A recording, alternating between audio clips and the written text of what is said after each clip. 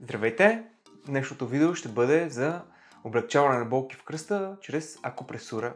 Тази техника е основана на традиционната китайска медицина и е изключително полезна за облегчаване на болките в кръста и в гърба, независимо дали те са хронични или остри. Какво представлява акупресурата? Акупресурата е метод за прилагане на натиск върху различни точки от тялото, които облегчават болката и напрежението. Тези точки са свързани с различни части на тялото и органи. И чрез натиск стимулираме естественото заздравяване. Акупресурата също подобрява циркулирането на чи, така наречената жизнена енергия, което е важно за здравето и баланса на организма. Точките за болките в кръста и гърба се намират на дланите на ръцете от горната част. На всяка ръка има по две точки. Първата точка се намира между показалеца и средния пръст. Натиснете в зоната между тези два пръста, близо до ставата, и ще намерите и усетите място с натиск. Втората точка се намира между безименния пръст и малкия пръст. Тя е същата област, близо до китката, и може да се намери чрез натиск в тази зона. Как да прилагате акупресурата? Винаги се започва с лявата ръка. В традиционната китайска медицина лявата страна на тялото се свързва с растежа и подхранването, затова започваме с нея. Използвайте натиск върху пръстите или кокалчетата с дясната ръка, за да натискате и масажирате точката на лявата ръка. Прилагайте натиска върху точките и използвайте кръгови движения за масаж. Натискът трябва да е умерен и комфортен. Какво ще усетите при натиска?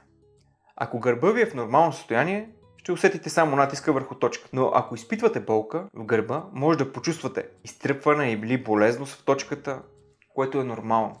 Може да се масажира и с два пръста. Този метод е много полезен за едновременно масажиране. Например, може да използвате палец и показалеца или два удобни за вас пръста и оказвате натиск върху тези точки едновременно.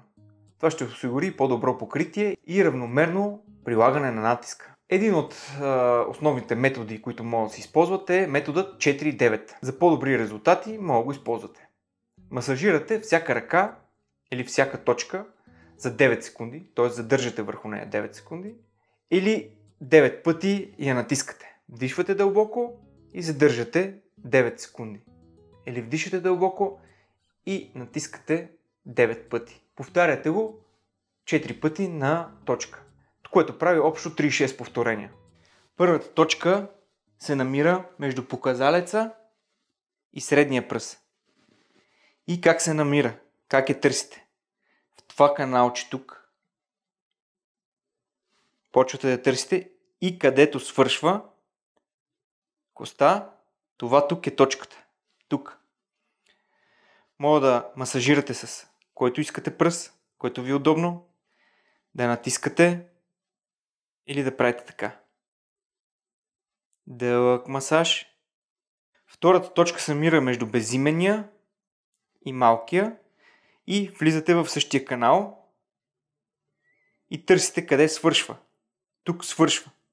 Трябва да усетите кокалчето, хрущялчето, къде свършва каналчето и пак прилагате натиск на точката, може масаж на целия канал или само на точката задържате, може потупване. Така, стандартно 9 пъти, примерно 9 секунди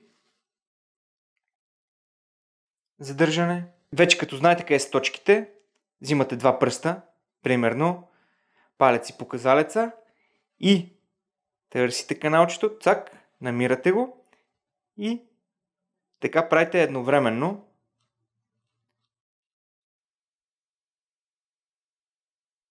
Може да усещате болка, аз усещам болка.